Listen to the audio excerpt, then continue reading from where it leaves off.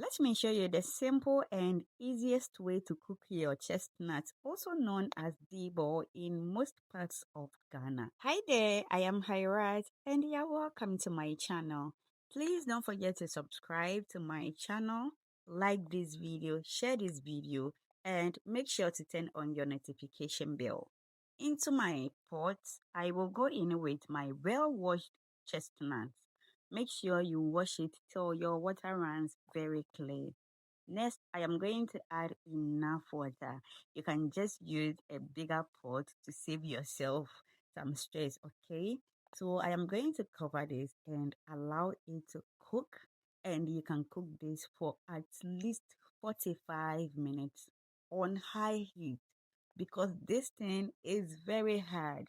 So after 45 minutes, it is ready now. So the trick is don't add any salt to it whilst cooking this thing.